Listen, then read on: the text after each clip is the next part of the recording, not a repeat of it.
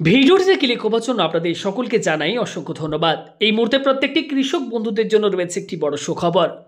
সরকারি সেন্টার বা সিপিসিতে ধান বিক্রয়ের জন্য আগে থেকে আপনাকে কিন্তু নাম রেজিস্ট্রেশন করতে হবে। আপনার যদি আগে থেকে নাম রেজিস্ট্রেশন করা না থাকে তাহলে অবশ্যই আজকের এই ভিডিওটি দেখুন। আমি আপনাদেরকে এই ভিডিওটিতে বলে দেবো, দেখিয়ে দেবো কি সরকারি সেন্টারে ধান বিক্রির জন্য আপনি কিভাবে অনলাইনে রেজিস্ট্রেশন করবেন, এর জন্য কোন কোন ডকুমেন্টের প্রয়োজন হবে এবং আগের বছর যারা আপনারা নাম রেজিস্ট্রেশন করেছিলেন তাদেরকে আবারও নতুন করে রেজিস্ট্রেশন করতে হবে কিনা সেটা আপনারা কিভাবে বুঝবেন সেটাও এই ভিডিওতে আপনাদেরকে দেখিয়ে দেবো। তো আপনাদের জন্য আজকের এই ভিডিওটি খুবই হেল্পফুল হতে চলেছে, তাই ভিডিওটি একটু না কেটে অবশ্যই প্রত্যেকেই সম্পূর্ণ দেখার চেষ্টা করবেন। আর আপনাদের কাছে প্রত্যেকবারের মতো করব রিকোয়েস্ট, যারা এই মুহূর্তে ভিডিওটি দেখছেন প্রত্যেকে ভিডিওতে লাইক করুন আর আমাদের চ্যানেলের মারফত পরবর্তী আপডেটগুলো পেতে চ্যানেলটিকে সাবস্ক্রাইব করুন, পাশে থাকা বেল আইকনের উপর ক্লিক করে অল অপশনটি অন করে রাখুন। সবার প্রথম গুগলে গিয়ে আপনারা সার্চ করবেন epaddy.wb.gov.in। সার্চ করলেই আপনার কাছে government of West Bengal department of food and supplies online paddy procurement সিস্টেমের অফিসিয়াল ওয়েবসাইটটি আপনার কাছে ওপেন হয়ে যাবে। ওকে, তো এক্ষেত্রে আপনাদেরকে জানিয়ে রাখি, আপনারা যারা নাম রেজিস্ট্রেশন করতে চাইছেন, নতুন নাম রেজিস্ট্রেশন করতে চাইছেন, সেক্ষেত্রে এই অফিসিয়াল ওয়েবসাইটে আপনারা সবার প্রথম আসবেন। আসার পর এখানে যদি দেখেন, এখানে দেখুন বলা হচ্ছে ফার্মার সেলফ রেজিস্ট্রেশনের এখানে আপনারা একটা অপশান দেখতে পাবেন। কি করবেন, জাস্ট এখানে আপনারা একবার ক্লিক করবেন। ক্লিক করলে আপনার কাছে একটা নতুন পেজ ওপেন হবে। এখানে দেখুন বলা হচ্ছে farmer registration personal details of farmer. এখানে কি করবেন, আপনার কৃষকের এখানে আধার নাম্বারটি দিতে হবে, ফার্মারের আধার নাম্বার।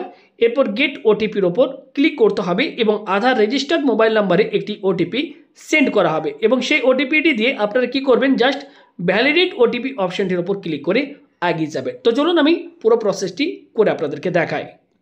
তো দেখতে পাচ্ছেন আমি আধার নাম্বার বসিয়ে দিয়েছি, এরপর গেট ওটিপির ওপর ক্লিক করলাম, ওটিপি সেন্ড সাকসেসফুল বলা হচ্ছে এবং আধার রেজিস্টার্ড মোবাইল নাম্বারে এখানে দেখুন আমাদের ওটিপি চলে এসেছে। এখান থেকে আমরা ওটিপিটা কপি করে নিচ্ছি এবং এখানে এই যে বক্স রয়েছে এই বক্সে ওটিপিটা আমরা জাস্ট বসিয়ে ভ্যালিডেট ওটিপির ওপর ক্লিক করে এগিয়ে যাচ্ছি। আপনারা পুরো প্রসেসটি দেখুন। ওকে, যদি কোথাও স্কিপ করে দেখেন সেক্ষেত্রে আপনারা কিন্তু সাকসেসফুলভাবে আপনারা কিন্তু রেজিস্ট্রেশনটি করতে পারবেন না। ওকে, আপনাদের হয়তো কোথাও ভুল হয়ে যেতে পারে। তো দেখুন বলা হচ্ছে আধার ভেরিফিকেশন কমপ্লিটেড। এখানে ওকে বটনটির উপর আপনারা জাস্ট একবার ক্লিক করবেন।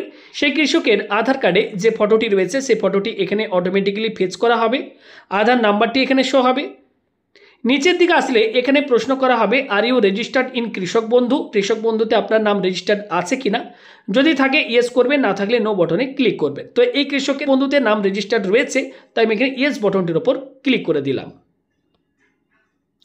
যখনই ক্লিক করলাম দেখুন এখানে বলা হচ্ছে সার্চ বাই। এখানে কি করবেন, আধার নাম্বার, এপিক নাম্বার এবং কৃষক বন্ধু আইডি। আমি কি করব, এখানে কৃষক বন্ধু আইডি দিয়ে আপনি সার্চ করতে পারেন। এখানে আমি আধার নাম্বারটি দিলাম। আধার নাম্বার দেওয়ার পর এখানে আমি ভ্যালিডেট কেবির ওপর ক্লিক করে দিচ্ছি।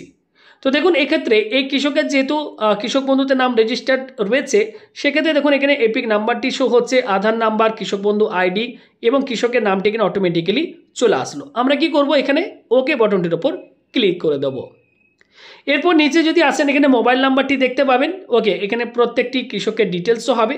এরপর জেনারেট ওটিপির একটা অপশান দেখতে পাচ্ছেন, এখানে একবার জাস্ট আপনারা ক্লিক করবেন। বলা হচ্ছে ওটিপি জেনারেটেড সাকসেস। ওটিপি আমাদের ফোনে চলে এসেছে, এখানে আমরা জাস্ট ওটিপিটি বসিয়ে ভ্যালিডেট ওটিপি অপশনটির ওপর ক্লিক করে দিচ্ছি। দেখুন আমাদের কাছে ভ্যালিডেট হয়ে গিয়েছে। এবার দেখুন এখানে বলা হচ্ছে father, mother or spouse name. কৃষকের এখানে বাবার নামটি শো হবে। ওকে, এবং এখানে রিলেশনটি শো হবে এবং কাস্ট এখানে সেটাও কিন্তু শো হবে। ওকে, তো এখানে আমি কি করব, সব কিছু দেখে নেবো ঠিক রয়েছে কিনা। এরপর নেক্সট বটনটির উপর ক্লিক করে এগিয়ে যাচ্ছি। এবার দেখুন এখানে বলা হচ্ছে অ্যাড্রেস ডিটেলস। ফার্মার রেজিস্ট্রেশনের ক্ষেত্রে এবার আমাদেরকে সেকেন্ড স্টেপে চলে আসি, অ্যাড্রেসটি ফিল করতে বলা হচ্ছে।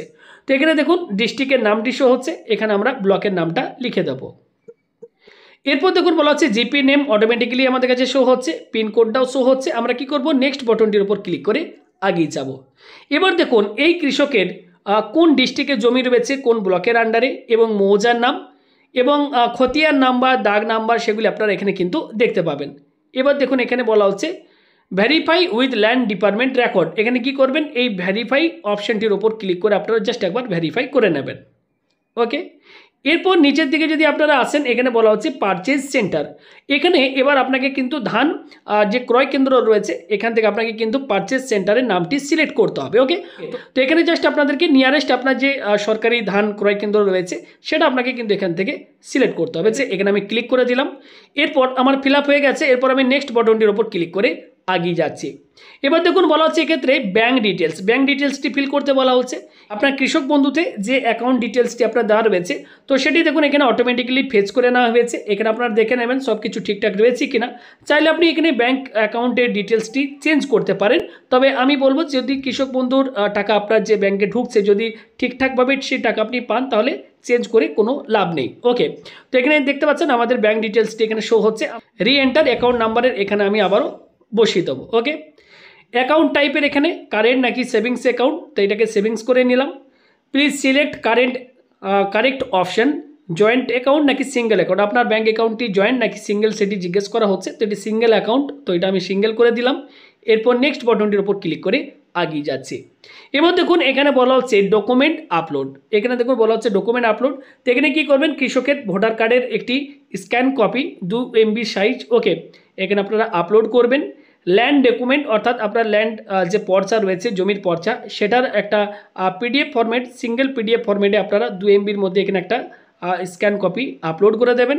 এবং কৃষকের ব্যাংক পাসবইয়ের প্রথম পাতার যে স্ক্যান কপি সেটাও আপনারা কিন্তু PDF ফরম্যাটে 2 MBর মধ্যে সেটিকেও স্ক্যান করে এখানে আপলোড করে দেবেন। এবং লাস্টে আপনারা জাস্ট এই সাবমিট বাটনটির ওপর যখনই ক্লিক করবেন সঙ্গে সঙ্গে আপনাদের কাছে কিন্তু দেখাবে সাকসেসফুলি সাবমিটেড। ওকে, এবার এখানে অ্যাকনলেজমেন্ট যে রিসিপ্ট রয়েছে এই অ্যাকনলেজমেন্ট স্লিপ বা রিসিপ্টটি আপনারা এখান থেকে ডাউনলোড করে নেবেন। এর সাথে আপনার ভোটার কার্ডের জেরক্স, ল্যান্ড ডকুমেন্ট অর্থাৎ পর্চার জেরক্স, ব্যাংক পাসবইয়ের প্রথম পাতার জেরক্স, আধার কার্ডের জেরক্স। ওকে, এবং এই অ্যাকনলেজমেন্ট যে রিসিপ্ট বা স্লিপটি এটার আপনি প্রিন্ট আউট করে একসাথে পিন আপ করে আপনার যে ধান ক্রয় কেন্দ্রের আপনি নাম এক্ষেত্রে সিলেক্ট করেছেন সেখানে আপনি গিয়ে আপনার এই ডকুমেন্টগুলো আপনি ভেরিফাই করাবেন।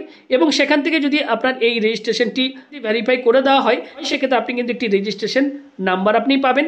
সেই রেজিস্ট্রেশন নাম্বারটি দিয়ে আপনি পরবর্তীকালে এখান থেকে কিন্তু সার্টিফিকেট ডাউনলোড করতে পারবেন।